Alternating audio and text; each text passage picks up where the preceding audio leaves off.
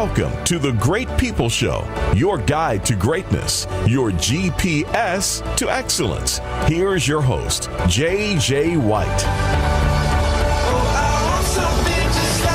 Good morning, everyone. Welcome to the Great People Show. I am your host, J.J. White, and back in the Great People Studio is our co-host. Good morning.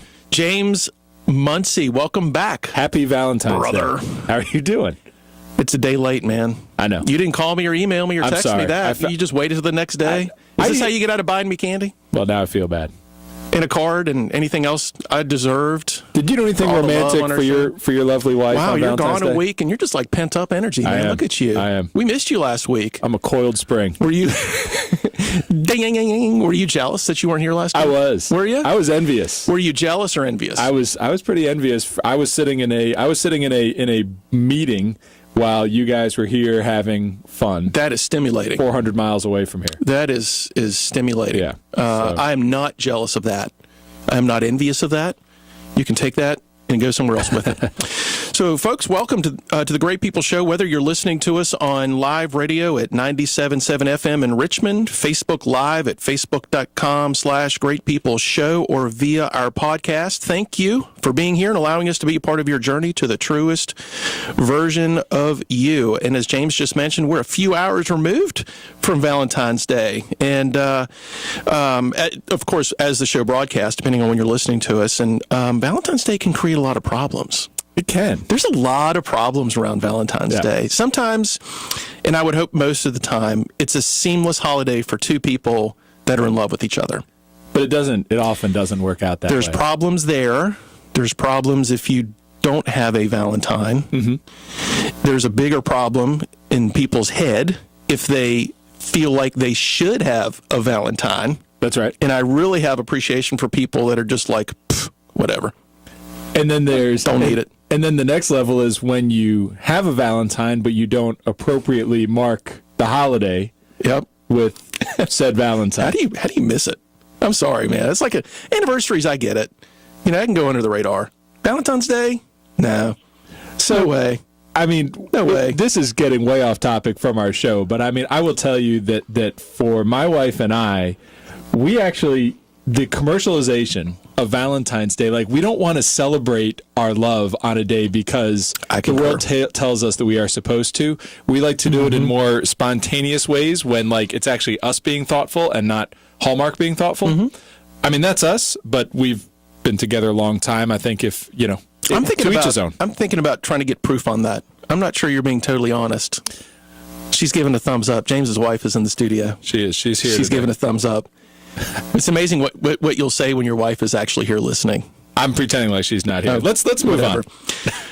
Well, another way Valentine's Day can create problems with us is it is so amplified on social media, everywhere you look, that we tend to look at other people's lives during that holiday and often even subconsciously say to yourself, gosh, I wish I had that. Mm-hmm. I wish I had someone to buy me candy. I wish I had someone to buy me flowers. I wish I had someone to snuggle me. And then all of a sudden we get some envy. Or do we get jealous? That's the big question, because I used the word jealous earlier. We actually used both words earlier. Mm-hmm. And ironically, today's show is about envy. So is there a difference between envy and jealousy? I looked this up. I was confused. Okay. I found that there's this, we call it grammar. There's a definition problem here that people screw it up all the time. Mm-hmm. I didn't realize it. I probably many times have said that we have jealous tendencies when we're really envious and vice versa. So jealousy is when you're afraid someone is going to take something of yours. Okay.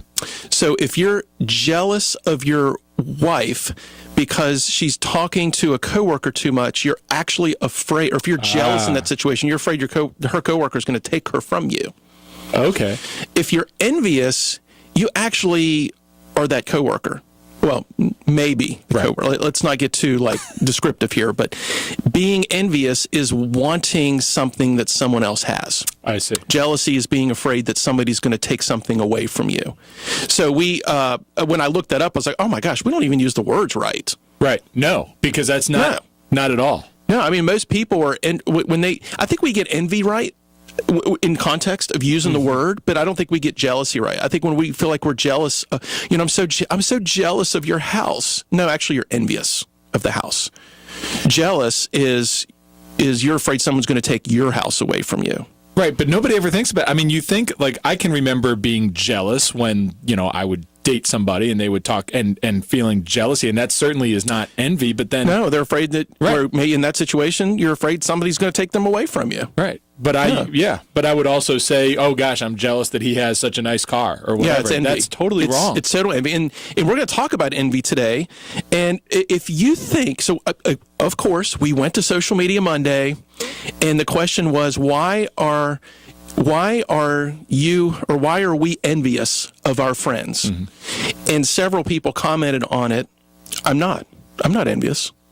And I didn't call them out on front of social media because I want to keep people to respond to this. And I'm afraid if I call out people too much, they're going to just stop participating. Probably smart. But I will tell you, if you think you don't envy others, just stop. You're lying to yourself. Envy is part of our nature. And James and I are probably going to debate this. There is an upside to that. I don't know how much of an upside there is to that. Mm-hmm. We'll talk about that. I've lived too much of my life comparing myself to others. I've used it as a measuring stick to success, and no matter where you are in life, there will always be people that have more of something than you do. That's just the way it is. More house, more money, more car, more family, more time, more happiness, more muscles, more fun, whatever. But there's an upside. There is an upside. If you're the one that has it all and has it all together, I'm using air quotes on that one, compared to everyone in your life, then maybe you aren't surrounding yourself with enough successful people. I think some people position themselves to have more and be more than anyone else in their life because that's a sense of confidence and comfort. I never want to be that way. And I don't want to be at the bottom of the totem pole always looking up, or the bottom of the ladder always looking up. But I want to know that there's opportunities for me to get better, and if it makes sense in my life to have more of something. Mm-hmm. But even if you were to have it all, can you handle it? It actually doesn't take that much envy to be in trouble in your life. This is one of the original 7 deadly sins. And in the movie Envy, Joseph Epstein said, of the 7, only envy is no fun at all. That's true. That's true. I haven't seen that movie. There's a lot of fun in the other 6. Yeah. But there's really no fun in envy. No, there's really none at all. There's not.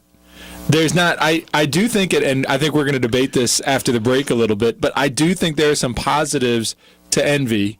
Stick around, and I think so. We're going to duke it out here in a minute. I think so. I think there's some positives. The question is, how detrimental is it to your soul? Mm-hmm. I use that word a lot in the last couple shows. I'm into the soul thing now. Mm-hmm. Like how deep does this stuff really run? And the reason I positioned the question on Facebook the way I did is, why are we envious of our friends? Is that is typically the deepest relationship in our life where envy becomes the strongest. Yeah. You may envy someone that you notice walking but you don't know them. That envy is fleeting, right? We're talking about a strong sense of desire of what people have. And the closer you become to someone, the stronger that becomes, because it starts to unfold. You realize, oh, wait, there's maybe no negative downside to this. Right. Now I'm really envious. So when we come back to break, we're going to debate this, and we're curious from everybody. Can envy be a good thing? We'll find out. You're listening to The Great People Show. At break, James and I were talking how our moms watch and listen to the show. Yeah. So, and James' wife's in the studio. So, and my wife watches every once in a while. I know Sam watches. So that's guaranteed 4. That's in the bank, man. That's right. In the bank. Talking about envy, 7 triggers of envy. And I want you to find some good things about this, James. I really want you to dig deep. All right. Okay, 7 triggers of envy. Money, relationship status, fertility in children, physical attractiveness, weight, professional success, especially in the same career, and social media. Notice all these are triggers, and you all of them, but the last one is wanting something that someone else has. And the reason social media is that last trigger, right, is that's typically in today's world where the envy just explodes. Mm-hmm. Because we know social media just shows the best parts of someone's life and their situation, even though I've noticed a lot of people recently, for some reason, putting all the bad parts of their life out there. Well, I'm not envious of that. That's exactly right. And we talk a lot on the show about social media and some of the false lives that Facebook and Instagram and these various platforms can show. Fake now. I don't we're using the word false. I think everything's fake. Okay. It's fake lives, fake news. I think even to the people that post this stuff, it's not fake. It's that most people, and we all know people who are the opposite of this, but most people try to share the most positive moments of their lives. And so I don't think that people are purposely trying to get away with anything, but we generally see the most positive aspects of a person's life on Facebook. So your perception of that person can be very different from what it actually is, and that can trigger envy. Totally. And it happens all the time. And then, of course, we know the people that only post on Facebook when things are going horribly wrong, but that's another conversation. Well, and it's the sheer volume of it, too. Right. We said just a few minutes ago that our closest friends are who we tend to be most envious of. And the reason I think it's not family members is we do see the dark side of those lives. I mean, we see the dark side of their personality. I don't say dark side. I mean, hopefully you're not married to someone with a dark side, like Darth Vader. But certainly we all have our weaknesses. Why are you moving your eyes around? Right. Did you see this, Catherine? No, but I think you can get some sibling rivalry sometimes between brothers, and you can get some envy in there. I almost said jealousy. Why? Why'd you almost say jealousy? Because that's just what we say. But no, we can be envious of family members. Mm-hmm. Well, of all these triggers, take one of them that you feel there's a good upside to it. There's a positive upside to it. So I'm going to give you a blanket upside. Oh man, to all of this except for social media. He's dodging my question, and maybe even social media. So I think that to some people, at some times, envy can be a motivator. So if I see somebody and they have a level of, let's use money that I would like to attain, does that motivate me to work harder in my career to do things that might improve myself? Because, hey, JJ has all of this. I am envious of this aspects of JJ's life or whoever, and it motivates me to go out and work really hard to try to attain what you have. Yeah, I get it. So that would be a positive. That would be. Well, you're using the word motivator, and I think the key behind envy is the fact that it is hurtful. It's considered a deadly sin, right? It's hurtful to us. It's hurtful to the people we're in relationship with. It's hurtful to God with us. It's hurtful to everything around us. So it's not, I don't think it's a very black and white issue. I think it's very, very, it's a slippery slope, I guess, to use that analogy, where if I see, and I see this a lot in our training. In fact, that's one of the drivers in the training that I do is when you get enough people around that are extremely different and you start to realize, wow, these folks, like I have more in common than I think I have. And then you start to see some of their success. You start to say to yourself, if they can do it, I can do it. So I think that's where a motivator is. When you're comparing yourself, and I think the initial comparison is potentially kind of bad because you're almost judging them. You're saying, oh, I'm more talented than they are. I have more abilities than they do. But they accomplished more than I did. This actually also happened to me at a triathlon. I didn't do the triathlon. I did the biathlon, which is no swimming because I don't swim. I just prevent myself from drowning when I'm in the water. And so you get two runs with a bicycle in between. And the guy that won, or he came in second place that beat my buddy who was third, was like twice his weight, at least 10 or 15 years his age. And that was demotivating to him.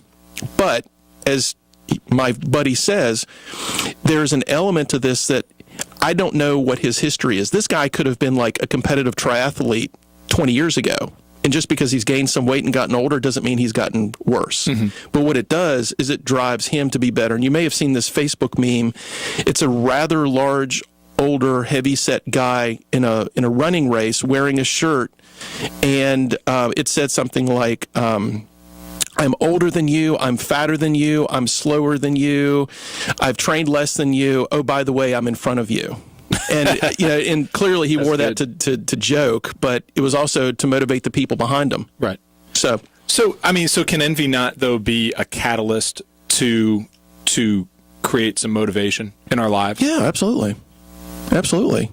How far are you going to take it? That's the question. You know, I think that when you're starting to feel envious, that because I agree with you, envy is in itself a negative emotion. It's an emotion. Mm-hmm. How can you turn that negative and twist it into a positive? And again, to me, the answer to that is to be motivated by it, to use that and turn it into some motivational energy. And you have to be so aware of yourself that you're realizing, well, I'm being way too envious of, let's say it's your brother-in-law, okay? Mm-hmm. Let's say it's the guy that married your sister. And do you have sisters? No. Okay, then we're not even talking real life here. So I'm just talking to our audience. Yep. So it's the guy that married your sister, and he's making twice as much money as you are. And you spend 15 years of your life trying just to make more money to compete with a family member, and you end up making some really stupid decisions simply because you're more worried about competing with a family member and realizing I deserve more than he does, or I deserve as much as he does. It's all this baggage that we surround the envy with that gets us in big trouble. Yeah, and you just used the word deserve. And the moment that we start in our own mind trying to justify what we deserve or don't deserve, you're probably walking down a bad path. And those feelings are a result of being unfulfilled. Mm-hmm. Where does that unfulfilled come from? Right? If you have convinced yourself you deserve more, but you're always feeling that way, no matter what you get, you deserve more. It's like you're constantly carrying around this unfulfilled feeling, and it's always going to drive you to be envious. Always. Yeah. No, and I agree. And if your angle is that, if your angle on that is what you deserve, I mean, it's all coming from the wrong place. It's coming from a bad place, and you're not going to get to where you want to go. And I don't. If you say that to yourself, or if you think that to yourself, I'm not even convinced, or maybe I am convinced. I am convinced you actually don't know what you deserve. Mm-hmm. Well, what do any of us deserve, really? I mean, what do you deserve in life? I deserve a Suburban. No, you don't. I don't know. Life, liberty, and the pursuit of happiness. I earned it. I mean, those are supposed to be your inalienable rights. I deserve a Suburban. I deserve a bigger house. I deserve, you know what I'm getting to. Exactly. It's like we it sounds ridiculous. Well, and let's turn it back onto this social media thing, and envying other people is this jealousy, is whenever you look at someone and you say to them, they don't deserve that. Yeah. How did they get that? They don't deserve a happy family. They've done a lot of bad things in their life. So in a way, you are jealous because they have something you don't have. Yeah. And I don't think that way. I have friends that do. That's not jealousy, though. That's envy. It's envy. Okay. See, I'm already confused. I mean, keep talking. Sorry. No, well, I mean, like you said, envy is a natural emotion that all of us feel. I think for me, I don't ever really look at something and say I deserve that. And I look at somebody who has, let's say, a lot more money than me, or is far more physical attractive than me, or whatever other things on our list, and I say good for them. And I don't know that I feel. I'm but pretty you're fulfilled, self-motivated, and you're also fulfilled. I am. I think the more unfulfilled we are in our own life, in our own head, the harder it is to even do that. Because we're so self-centered. That just starts to take down this spiral of self-centeredness. Something that I picked up on Psychology Today, which I've said on the show before, it's one of my favorite websites when it comes to understanding other people. You can fall in love with what you want for yourself that another person has: status, money, power, family ties, intelligence, rather than who that person really happens to be. So we're talking about relationships now. We're talking about the people that you bring into your life. You can imagine that you will get what you need by being attached to someone who has it. I mean, that's a powerful statement, that you're actually going to date someone or be friends with someone or even marry someone, not because of who they are, but because they have the things that you have envied in other people, perhaps your whole life. But the fate of an initial idealization is usually later disappointment, i.e. divorce. By the time you come to your senses, you may experience some animosity towards them that you hid from yourself. Put that in your pipe and smoke it. So this is why it's a 7 deadly sin, is because it can drive our behaviors and we don't even know it. Yeah, I mean, it's crazy to think about, and of course it happens all the time, that, I mean, we hear about people marrying for money. I mean, The people will make decisions in their lives, like you said, in order to attain the things that they are envious of. Your entire there's motivation again. Your entire motivation in life is coming from a very bad place, and I mean, I couldn't say it better. I mean, it's going to lead you down a very bad path. And we're about halfway through the show. So the question that I ask you to think as you listen to the show is there anywhere in my life where I may have some envy that just doesn't belong there? Anywhere? Is there anything that you may be craving that you just shouldn't be? Simply because you see other people have it, you desire it. I think that's a fair question to ask yourself. And I believe we cover most of it up because of all the emotions out there. It's the one emotion that we probably rarely admit that we possess. I would agree. I read that somewhere. So we're going to keep talking about this whole envy issue. When we come back, we're going to bring some hope. We're going to bring some promise that you don't need to have what everyone else has. I'm ready. Stick around. You're listening to The Great People Show. I'm going to have to say it again because I thought it was so good. Of the 7 deadly sins, envy is the only one that is no fun at all. That's true. The others are a blast. Yeah, they can be. I think that's why they're there to get us in trouble. So I really like this one where it said your envy does not always belong to you. Your own envy of others can originate from what your parents envied or admired. Yeah. For example, if your parents struggled financially and wished for more money, you might envy those that have it. Or if a parent idealized a college education that was impossible to obtain, you might admire intellectual pursuits. Yep. So, I mean, that goes back to us, and it's values that we get, but it is a motivator. Well, what if that's not meant for you? What if all that money is not meant for... so let's take the money from the parents thing. I see that often, where you grow up in a household where there's not a lot of money in the household. Maybe there's some bankruptcy going on, maybe there's job loss, maybe there's just straight poverty. So you focus your life on saying what? I am never, ever going to live like that. I'm not going to be my parents in that perspective. Yeah. I run into a lot of people like that. Well, along that path came the lack of teaching, coaching, mentoring, parenting on how to live a life with money. So you may work your tail off or whatever it takes to get that money. You may not be designed to have that money, but you wouldn't know what to do with it. Most people that win the lottery go bankrupt because they're not trained to live a life with that kind of money. That's true. I think it's envy when it's placed in a position where it's not part of your journey. It's not part of your path. It's okay to want to not worry about finances, but when people make it a centerpiece of their life, to no matter what I'm going to do, I'm going to make enough money. You've probably had these employees, James, where no matter what, they just want more raises. And if it's driven because I want to live a life of more, or not live a life of more, but I want to live a life of making sure I don't lack things like my parents did, it's misplaced. It's just their heart's in the wrong place. Yeah, I mean, I think that there can be extremes like that. I think, though, that to a lot of people, because frankly, and I'm married to a person like this. So I'm married to someone who grew up in a very poor family and with a very poor childhood.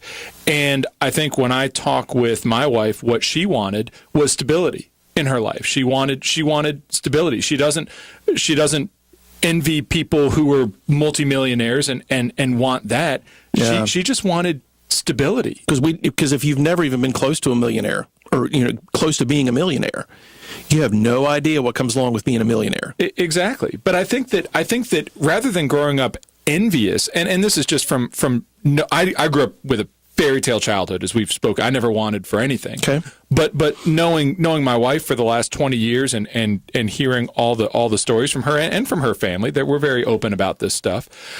It wasn't so much being envious of other people, but it was wanting to not have the conditions that you grew up in. I want better than this. I think the situation can drive us to being envious of other people, right? So you grew up without or struggling or whatever that deep emotion is, and then you start to see other people that are in some cases younger than you, or in your own minds, they have less education than you, making more money than you. So you got a perfect storm of, I grew up without it, so I don't want to live like that. I'm surrounded by people that have more than I do. I think sometimes that just gets into your heart in the wrong place. Yeah. You're not able to filter it properly. I think that's accurate. And I think that sometimes experience in life sometimes some of these things you can only learn through screwing it up. Yep. I mean, somebody who, going back to the example before the break, Yep. somebody who marries for money. Sometimes you've got to do that. You've got to realize, oh my gosh, this isn't at all what I wanted. Get divorced and then move on. I thought I knew what I wanted, and some of it was probably driven by envy, that I wanted to own a huge company, and I wanted to have all these employees, and I just had this vision, and I accomplished that vision, and I was working 110 hours a week, and I was missing out on life. Yeah, that's the negative. Yeah. And I adjusted. I said, you know what? It's not worth all the money in the world if you don't have time to enjoy your being. And so it's great now, at basically 40 years old, to be able to look back and know, here for the rest of my life, I'm going to be motivated by better things. Yep. And you alluded to it early in the show. But we've got to ask ourselves, what is motivating us? Are we being motivated from a good place or a bad place? Well, I think you have to define. You have to define who you are and who you want to be. Most people don't do these kind of things. Most people look at, I have one financial goal in my life, simply because I have to in my business. It's the only reason that goal exists. I physically can't get away from that goal. I do not have financial goals. All of my other goals, I just know in my heart will result in being financially secure, having money, whatever that is. I'm just absolutely opposed to having a financial, when I say a financial goal, I mean having money. I think another financial goal that people have to have is eliminating bad debt. Yes. I mean, that's a financial goal, because that is that's a strangle. That sucks oxygen out of your blood. And that interferes with who you are supposed to be. And in a significant way in which you define yourself has to do with your ideals, ambitions, and what your values are and what you value. Your ideal self is what you aspire to be, the best you think you could or should be. And often this ideal comes from social comparisons. To a running theme in this show is I shortchange myself, and I see other people shortchange themselves until they see what's possible in other people. And then there is a comparison going on there, and you think, wow, okay, maybe I could be better at this. Because I think if there's no comparison and if there's nothing to envy, we said this at the top of the show, if you have nothing to envy, if you're not surrounded by anybody that you envy nothing from, you're stuck now.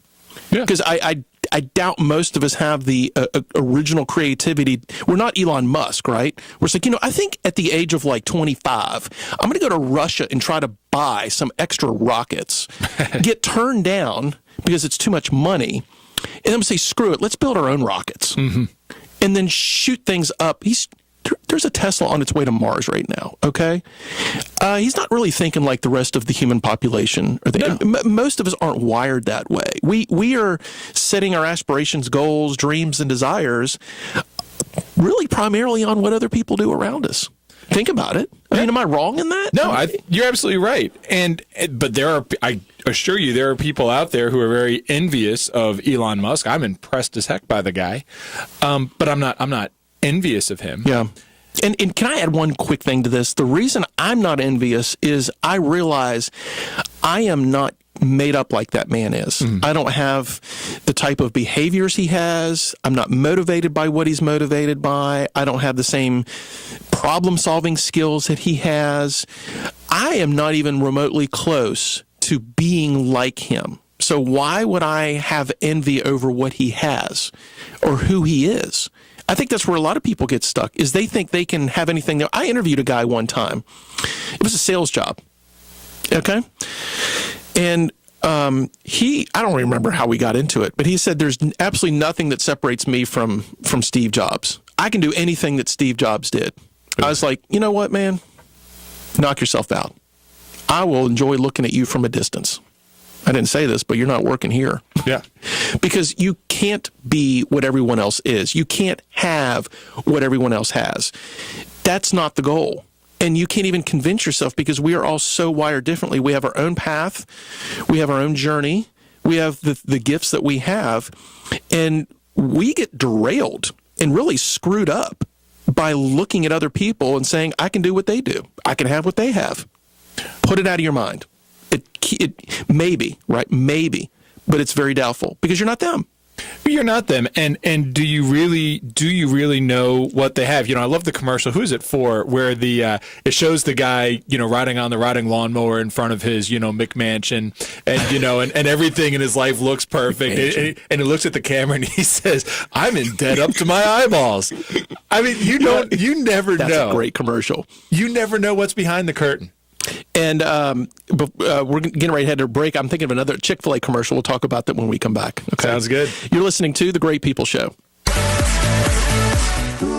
The Chick-fil-A commercial that I was mentioning just a few seconds ago was, there's nobody speaking in the commercial, I don't believe. It's just literally a camera kind of panning around, looking at people eat, either by themselves or with a family, and above their head are the words of what they're really struggling with. I haven't seen that one. I think there's like an older gentleman sitting there eating a sandwich. He just kind of looks a little unhappy, and it says something like, "Wife just died 2 months ago." Mm-hmm. Right? And the whole premise of the commercial is, we have no idea what people are going through. We have no idea all these chain reactions that led up to who they are and where they are. You may look at someone and be like, wow, how did they end up so wealthy? Come to find out, they just had a rich grandfather that died and gave them all their money. Yep. They didn't do one thing to really earn it other than being born, but you're envious of the amount of money they have. So I was asking Catherine, James's wife, at break, what should we talk about from this point out? And she said, do you have any advice? I said, no, there's way too much liability with advice. Because if someone takes it and screws up their life, it's all because of the Great People Show. Just kidding. We are going to give you some advice. So how do you deal with this envy thing? And this is really with your own. The first thing is to be honest with yourself. If you really believe, I'm not really that envious. It's a character trait within all of us somewhere, just bigger than others, is to be honest. And envy comes when three conditions are met. So these are the three conditions whenever there's envy around. You have to have others to envy. You have to have desiring something they have, and you're being pained by an associated emotion. And one of the biggest challenges we have is connecting those three conditions together.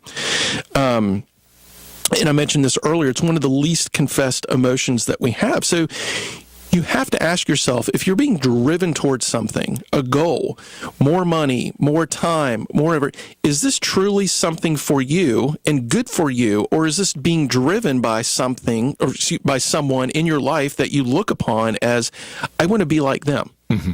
And we're not talking like the aspirational, like I just want to be like them. And I was with a client a few weeks ago. It was very funny. I constantly told this group, because they were trying to just mirror things that I was giving them. I'm like, no, stop being a second-rate JJ and be a first-rate you.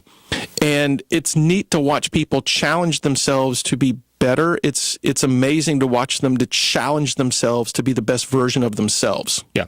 Rather than trying to just see it in someone else and be like, I mean, how many times have you listened to someone, both you and I have had a lot of stage time in our careers, mm-hmm. and I really early on and for a while, I would watch someone be like, wow, I want to say those words. I want to have those mannerisms and whatnot. I literally wanted to be that person, and it was one of the worst things I could do. Mm-hmm. I became very honest with myself in saying, I need to be and want to be comfortable with who I am. Because I think I could be as good, if not better than them, if I'm just me. Yeah, because you're going to be different. You're going to be different. And I love that. I love that expression. Don't try to be a second-rate someone else. Try to be a first-rate you. Mm-hmm. But a lot of people think it's easier. I mean, not only do they want to attain the success of the person who they envy, but they think it's easier. That's like a shortcut. I can copy you, and I can get there faster. Cool. That's a good way than to trying put to do it on my own. Shortcut, short circuit. Yeah. But because you're not ready for it. It's like winning the lottery is a shortcut, short circuit. Mm-hmm. What are you accomplishing? When people get there, they realize I've accomplished nothing. I scratched the ticket. I picked the numbers. So the other step in this process is to immediately tell yourself, I don't know the darkness around it. If you're looking at someone's family on Facebook, I don't know the darkness around it. We were having a conversation earlier about being around people that seem like they have the perfect marriage and go, wow, they just are really happy. And then seeing them at some point and go, yeah, we filed for divorce. Yeah. You really don't know the darkness around it. You never know. You know, my mother used to say, I remember one of her expressions, she said, if you knew the hand that someone else was holding, most anybody was holding, chances are you wouldn't trade your cards with theirs. But I bet I could make a lot of money. Back to the point. Yeah, exactly. What are you willing to cheat at just to get something that someone else has? I guarantee nobody listening to the show right now is saying that's them. But we do take shortcuts. We do cheat. So that's another step in this process is if you truly feel like, okay, so you've been honest with yourself, you've realized that there are going to be some negative sides to this. If I end up making $1 million a year, I have to be prepared for all the baggage that comes with that. Yeah. And we're not going to get into that today. There's a lot of baggage that comes with that or whatever, right? That you have to be prepared, or once you're prepared, you have to absolutely solidify that this is part of who you are. Exactly. You know, it's funny. I was just about to say, you referenced earlier in the show that, and we were kind of joking about how envy is one of the 7 deadly sins. Mm-hmm. Well, the thing about the 7 deadly sins is they're all human nature emotions. They're things that everybody is naturally going to feel. Very natural. So you can't stop yourself. It's in our nature. From being envious. No more than you can stop yourself from being lustful or you know, gluttonous occasionally or whatever other sin you want to name. So the question isn't don't be envious. The question is, what do we do when we start to feel that way? Yep. And manage it well. Yes. It's like anything else that we feel compelled to go and do. I've personally witnessed myself get too compelled to go do something. Exercise, running, right? There's this investment that you take. Time, work. I knew I was going to bring up this book today, and the other thing I knew was I was going to forget the title of it. It's called Divine Direction. Mm-hmm. I just started this book, and it's such an amazing book so far because the story he tells in there, and this goes back to sacrificing things and making really poor decisions because our goals aren't centered around something that's really meant for us. They're more centered around what we see in other people and want for ourselves. Is the story the author told was he knew he became a workaholic when he told his daughter, I will be home from work, or I'll be home in time to kiss you before you go to bed. And she said, but Daddy, this isn't your home. Your office is your home. Oh, right? Why was he working so hard? Why was he a workaholic? It was rooted in envy. Mm-hmm. It was because he felt like he needed all these things based on what he saw from other people, the life that society tells us we should have. And things are way more accessible now. So these are all wake-up calls that we have to... I'm big on inventorying your life. I do that once a year, and usually at the beginning of the year in the goal-setting phase of what do I have and what do I really want, but what do I really need that's a part of my journey? Mm-hmm. Okay? I want more money. Who doesn't? Sure, I do. I don't want more children. So these are things, but I have seen women want more children because their friends have one more kid than they do, mm-hmm. and they see their kids having more fun with each other because there's an extra kid. But I'm sorry, if you've got any kids, you know there's so much baggage with having more children. Yeah. It's not all the fun. It's, okay, now that you've got 5 kids, how are you going to do that? That's right. I mean, we just don't think, people are so compelled by these emotions of envy, we don't really rationally try to think through these things. We don't. And the whole keeping up with the Joneses thing. I mean, you see, maybe you live in a neighborhood where you see the clothes that your neighbors are wearing. You see the cars that they're driving. You see the clothes that their kids are wearing. I mean, there are people that project it onto their children all the time. They see friends of theirs whose kids are athletic stars or who are extremely well dressed all the time or what have you. And I mean, people project envy onto their kids. Very much so. And that's not healthy either. One of the things that I just thought about, James, was the fact that the more ingratitude that you have in your life, or lack of gratitude you have for things in your life, you probably are experiencing envy. Probably so. And it goes back to the whole deserve thing. I deserve this, I deserve that. If you're going through life telling yourself that you deserve all these things, chances are you don't have any gratitude. Yeah, if you're even for fun, if you're looking at things on the internet, houses, cars, things that you don't have, even for fun, and you even say, "Oh, I just look for fun," you're envious. You are. Why would you spend any time on earth looking at things if you didn't somewhat want it?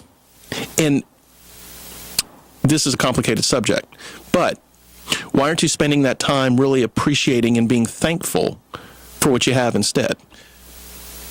Even in prayer. Yes. Even in prayer. And the other thing that people rarely do is people are so quick to look at what they want, what they are envious of. It's rare that they look at how much, I don't know how to say it, how much worse it could be. I'll tell you, and I've said this on the show before about other subjects, working for the fire department and some of the houses and the family situations and things that I see on a daily basis. There. I mean, I tell you what, you want to feel good about your life. You come out and kiss your kids, don't you? Yeah, come to. I bet Catherine's got a kiss because of something you saw during that day.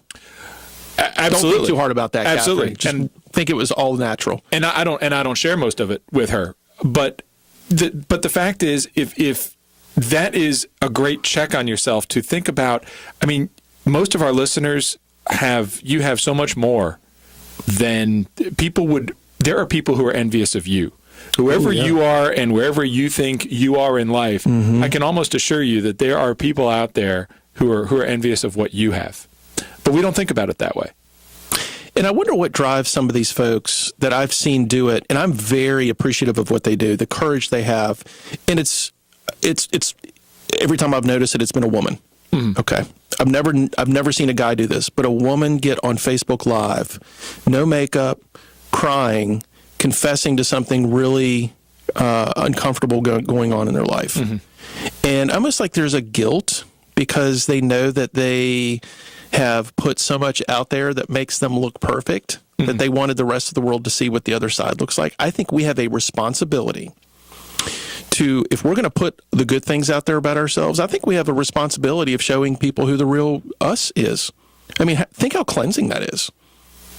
It is, but there are very few people willing to do that. I don't know if I'm willing to do that. I don't think I am. We're macho, though. That's right. I mean, we're macho guys. We can't do things like that. But I'd say I don't want to bring people down, though, JJ. I don't want to. I don't want to put things out there there's so much negativity. There's so much negativity in the world already. I don't want to put my own negativity out there. I mean, the other thing about Facebook and social media, I mean, yes, it can give us a lot of false perceptions and it can create a lot of envy. It also can make us sort of feel good sometimes. I was having a conversation with a friend yesterday who's going through a lot of things. And she's actually in the industry of helping people get through things. And she didn't feel credible because of what she was going through. And I told her, I said, the only reason we have the right to help other people is because we are going through it too. I'm leery of people that are giving me advice that have never been through it. And that's what this show is about. We go through these topics and these struggles on our journey to where we want to be, which is to be better for other people in this world. You can catch the show every week, Facebook Live at facebook.com/greatpeopleshow, Apple Podcast. We're live on 97.7 FM in Richmond every Thursday morning from 9 to 10 Eastern. Brother, it's good to have you back in the studio. It's good to be here. You're no longer envious. You're back. I'm not. I'm here. There's nowhere I'd rather be. And right you'll be now. here next week, right? I will be here next week. And if you don't make the show, folks, you should be really jealous because someone else will. Thank you for joining us and for being a part of this journey. And thanks for having us a part of your journey.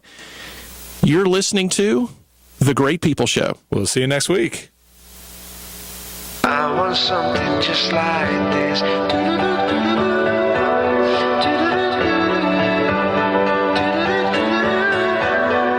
Where'd you wanna go? Thanks for joining us. Tune in to The Great People Show again next week, Thursdays, 9 a.m. to 10 a.m. Gift, some superhero, some fairy tale bliss, just something.